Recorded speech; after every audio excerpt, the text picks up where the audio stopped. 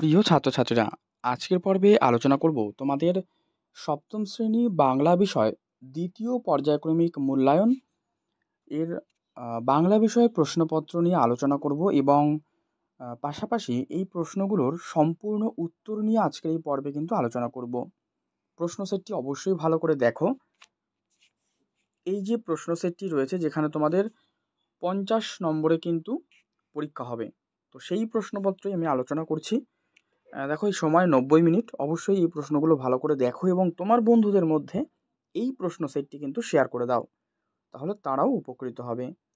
তো দেখো, তোমাদের এখানে প্রথমেই কিন্তু যেটা দেওয়া থাকবে যে সঠিক উত্তর বেছে নিয়ে লেখো। এটা তোমরা 12টা প্রশ্ন পাবে। উত্তরগুলো একটু ধৈর্য ধরে দেখো, উত্তর সহ আলোচনা করছি। আরেকটা মজার টুইস্ট এই ভিডিওর মধ্যে আমি তোমাদের বলে দেবো, অবশ্যই তোমরা দেখো যে এই প্রশ্ন সেটটি পুরো উত্তর সহ তোমরা পেয়ে যাবে। কি করে পাবে আমি পর্বের মধ্যেই আলোচনা করব, দেখতে থাকো। তো দেখো, যে 12টা আমি এমসিকিউ প্রশ্ন বললাম, প্রথম হচ্ছে, বেশ অনেকক্ষণ পর দেখলাম এক দেবদূত মঞ্চ আলো করে দাঁড়িয়ে আছেন। তো এখানে এই দেবদূতকে, দেবদূত বলতে এখানে নেতাজির কথা বলা হচ্ছে।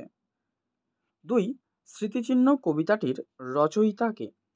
উত্তর, কামিনী রায়। 3, সঠিক বানানটির তলায় দাগ দাও।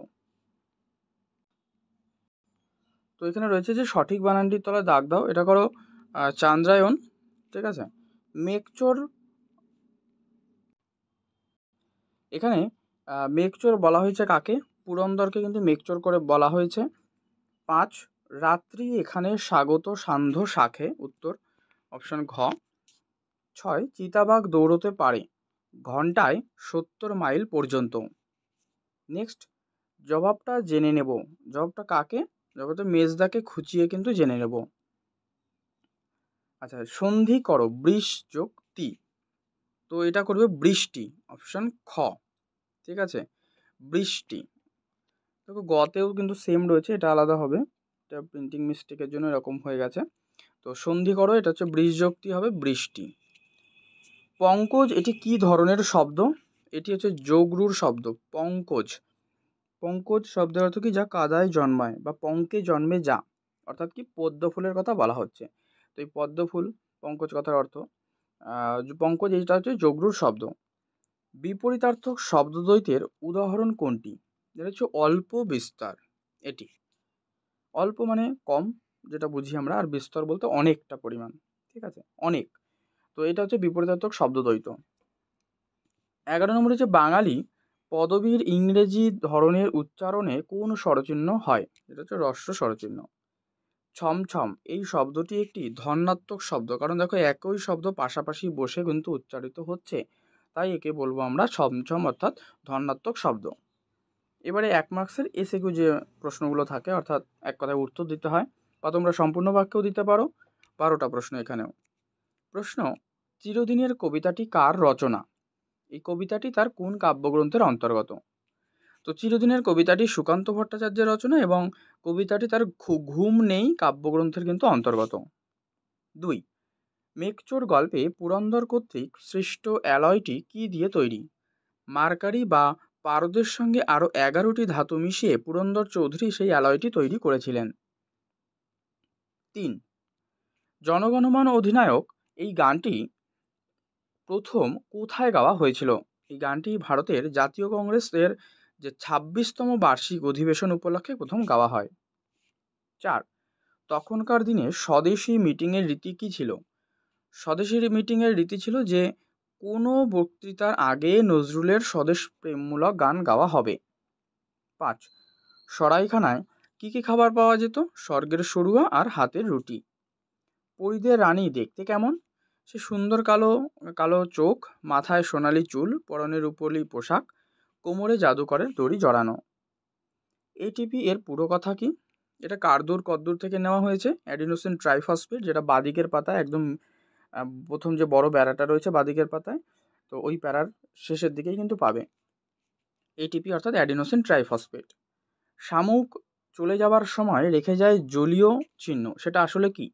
সেটা আসলে তার একখানি মাংসলো পুরু পায়ের ছাপ, অর্থাৎ যে জলীয় চিহ্ন রেখে যায় ওটাকে, তার পথটাকে সে পিচ্ছিল করে এবং সে সামনের দিকে কিন্তু এগিয়ে যায়। কে গোয়ালে ইশারা পাঠায়? উত্তর ঘাস গোয়ালে ইশারা পাঠায়। সং কেন সপ্তাহে 3 বার পোস্ট অফিসে যায়? কারণ দেখো, সং একটা লটারি কিনেছে, লটারিতে টাকা পেয়ে সে বড়লোক হয়ে যাবে, এই খবর আনতেই কিন্তু সে পোস্ট অফিসে যায়। হোটেলওয়ালার জন্মদিনে ভোজের কি কি আয়োজন হয়েছিল? সে হোটেলওয়ালার জন্মদিনে ভুনি খিচুড়ি, হরিণের মাংসের কোরমা, পায়েস ও সুরুয়া কিন্তু হয়েছিল।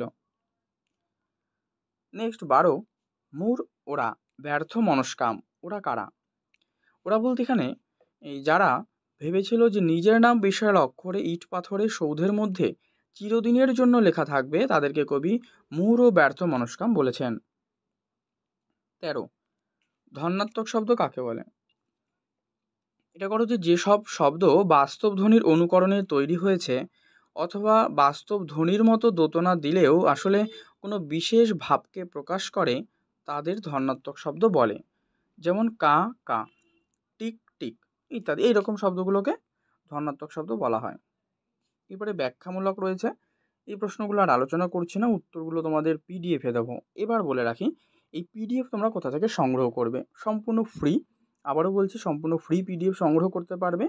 এই ভিডিও ডেসক্রিপশন বক্সে যাও, দেখো টেলিগ্রামের লিঙ্ক রয়েছে, সেখানে ক্লিক করে তোমরা সম্পূর্ণ এই উত্তরটি প্রশ্নপত্রটি উত্তর সহ পেয়ে যাবে।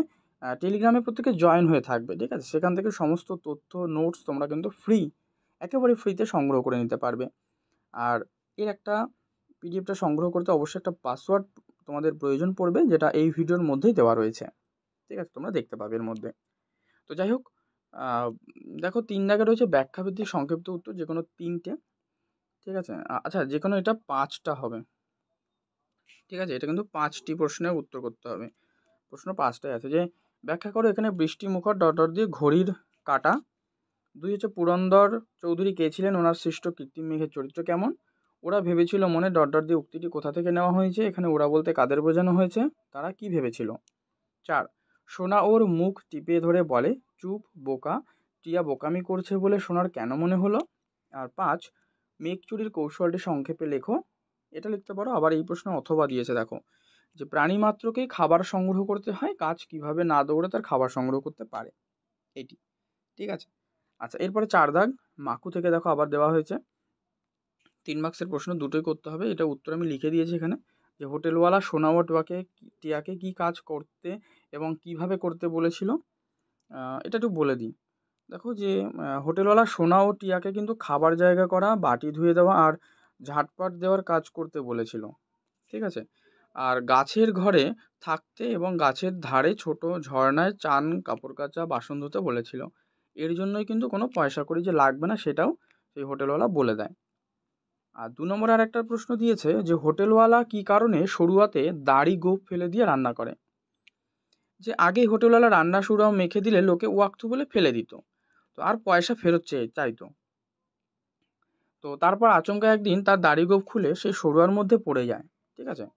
তো রান্না হয়ে যায়। তো আর সেদিন সবাই শুরুয়া খেয়ে বেশ সুখ্যাতি করতে থাকে। আর সেই থেকেই কিন্তু হোটেলওয়ালা রান্নার সময় দাড়ি গোঁফ শুরুয়াতে ফেলে দিয়ে রান্না করে। তো এই হচ্ছে বিষয়। আর 4 দাগে যেটা রয়েছে, যে কোনো একটা বিষয় সম্বন্ধে মানে এটা 5 দাগ হবে, ঠিক আছে? তো এটা বিষয়ে প্রবন্ধ রচনা, এখানে 5 মার্কস। তোমরা যে কোনো একটা বিষয় লিখবে। পরিবেশ রক্ষা, ছাত্র সমাজের ভূমিকা, একটি ভ্রমণের অভিজ্ঞতা বা বর্ষাকাল। দেখো, তো এখন বর্ষাকাল চলছে, তো এটা রিসেন্ট চলে এসছে বর্ষাকাল, তো তোমরা চাইলে এটাও লিখতে পারো, খুবই সহজ হবে।